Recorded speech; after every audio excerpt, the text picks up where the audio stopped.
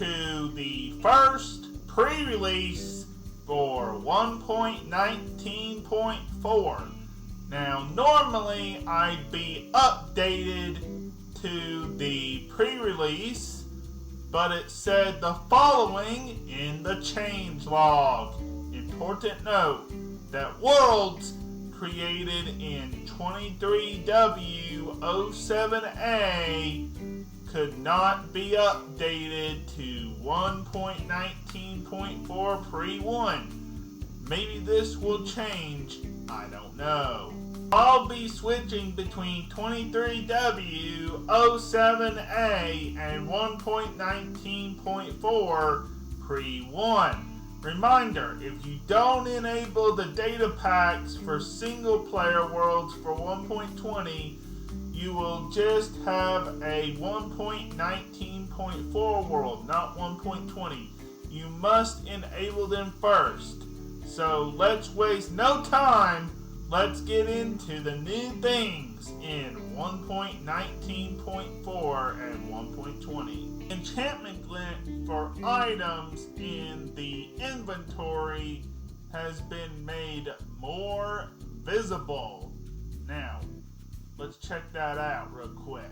Alright, so I'm holding this enchanted golden apple, and you can see that because I'm holding it in my hand, you can tell that it's enchanted. In 23W07A on the server, you cannot really tell that it's enchanted. Now, if we go to the enchanted book, you can tell it as well when I'm holding it, like you can when you see it in my inventory here. So here's the golden apple. You can see that the enchantment glint is good in the inventory and in my hand. Then we go to the book. You can see that the enchantment glint is good in the inventory and in my hand.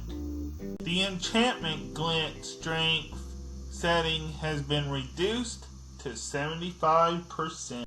Video settings, the enchantment glint speed is set to 50 by default. The enchantment glint strength is set to 75% by default. Potions no longer have an enchantment glint due to it obscuring the color of the potion's content. Take a good look here. You no longer have shiny potions obscuring the potion's content. A few weeks ago, they made changes to the painting. Now, if we go into the functional blocks tab, you no longer have to choose this one. You can get any one of the random paintings from this one in creative now, and it says the name and who made it and what size it is, like 2x1 or 2x2, 4x2, 4x3, etc. Really cool. I believe this is 1.19.4, but it may be 1. We have changes to the Create New World screen. The Create New World screen has been updated, but as you can see, it's kind of broken here. On the sides, there's some black spaces, which is really odd. But you can see, it's a little more organized. But you need to fix these spaces. It's really weird. Now, this is what I mean when I mean turn on the data packs. You can automatically do this in single player. Now, on a server, it's a little bit different and it's a little bit harder to set things up to get 1.20 on a server. At least for me it was. I figured it out, but it was hard. Now, all you have to do here is just turn it on, read the note, hit done, and then create your world. In accessibility, added a built-in resource pack that enhances the contrast of UI elements. Alright, so this is a high contrast resource pack that is now built into the game. It says, enhances the UI contrast of Minecraft built in. Let's show you what it looks like. So we'll just hit the arrow and it'll come over here and then we'll hit done. It will load. Now it looks like this. How cool is that? Looks like you have a new resource pack on that you've chosen yourself, but it's actually built into the game. And as Slice Lime says in his video, it kind of looks like Tron, and I agree.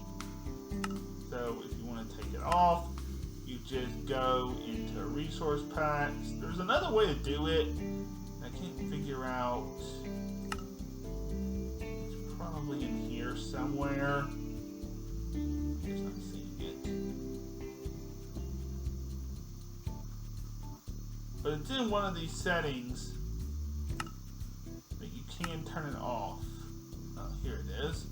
High contrast. There you go.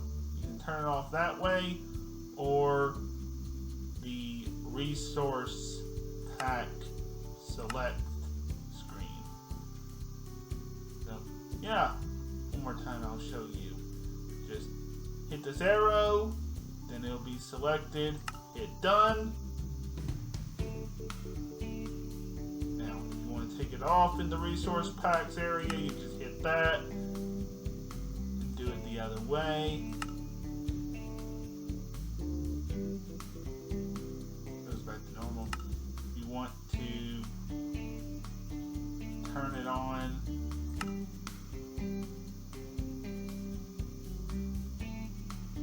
and then you can go look around, see how cool it is, as I showed you. Then you can go into accessibility, high contrast on, and turn it off. It'll do the same thing as in the resource pack screen. Pretty cool. Experimental snapshot features. The brush crafting recipe now uses a feather, a copper ingot, and a stick in a vertical line. I used a data pack I made myself.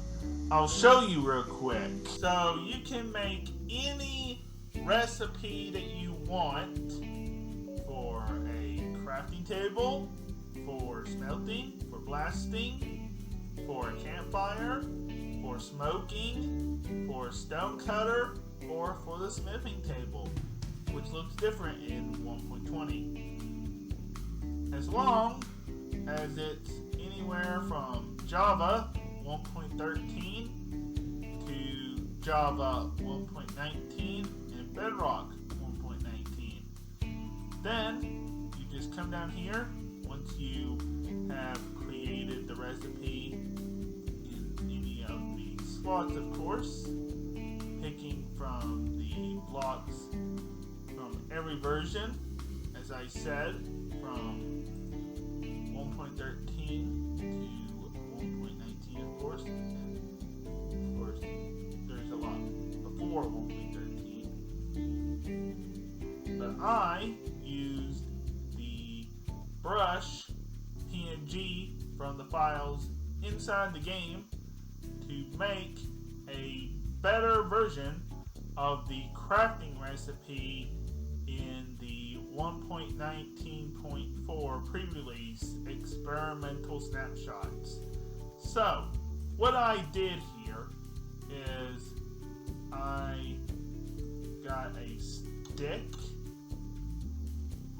So I grab a stick, put it right here. Then copper. One piece of copper. Then the feather.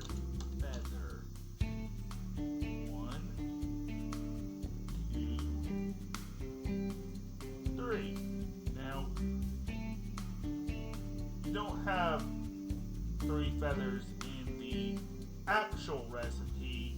You have 1 feather, 1 copper ingot, and a stick, of course. It doesn't matter how you say it, you just got these 3 items. Stick, copper ingot, and a feather. I added 2 other feathers. Just like that. Then, of course, I took the texture from the game somehow, and I, of course, uploaded it like this.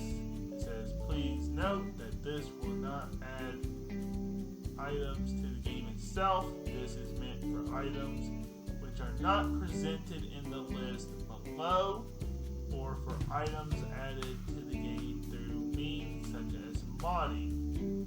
So I went into the versions folder, found the brush PNG, copied it, put it in here from selecting the texture, named it properly, of course, and then added it. That's how you get it here. Now, any other block here is pre 1.20. So 1.13 to 1.19. So, yeah, this is something I just added. And then you do that, and you then come down here and click download data pack, and this does work on snapshots because it works in game for me. So yeah, pretty cool. I have to say so myself. You can also choose if the recipe is shapeless or in a 2x2 grid or exactly where placed. I will link the site down below. The sniffer spawn egg colors have been updated. You have 3 1.20 changes. So the first one here that I'm going to show you is that they've changed the sniffer egg that you can get in the creative inventory, the spawn egg, so that it doesn't look like the salmon. The recipe for decorated pots made of all bricks can now be found in the recipe book. The recipe for the decorated pot that's made up of all bricks is now shown in the recipe book in this version 1.19.4. So as you guys know, the first recipe for the brush is a string pickaxe, 2 sticks and 3 string in 23W07A. Now, in the experimental 1.20 features in the pre-release for 1.19.4, as long as you have the data packs enabled, the new updated recipe, thanks to feedback from the community, is now exactly what you see on screen right here. A stick, a copper ingot, and a feather. Well, as I showed you earlier, I made a data pack for 23W07A. It works. The brush does everything like normal. It's just that the recipe is different. Just add 3 feathers to the top instead of 1. And you'll no longer have a string pickaxe. Proof that it works on my server. 1 stick, 1 copper ingot, 3 feathers. I made this on a website that I showed you earlier, and there's the brush. So that's pretty cool that it works here. To clarify that it works, I have placed a desert well here in the middle of the arena. Now you can do archaeology here at the desert well. Just brush very slowly. You can see that the brush is working. I got a stick. That's not suspicious sand. Very slowly. I got a brick.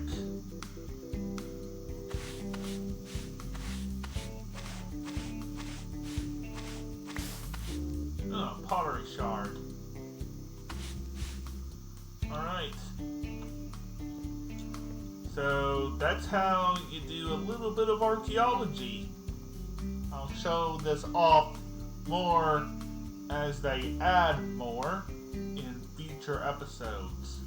And we'll also go exploring for that mysterious room in the desert temples in future episodes of Aquatic Land. Closing thoughts. If you want more details on 1.19.4 and more than what I showed, go to IBX Toy Cat or Echo Soldier or Slice Slime or even Exilavoid. They will give you way more detail than I will. Pre-releases come out more than snapshots. They don't follow a set time. Alright guys, I hope that you have enjoyed this review. Something you should know about pre-releases is that they don't follow the normal schedule that snapshots do. So one could come out on Friday or Monday or Tuesday or whenever. One of the next pre-releases will have a release date for 1.19.4. Now, it's possible,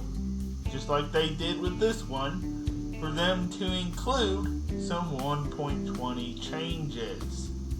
Now, it said that I could not update to this pre-release because of something that was wrong in 23W07A.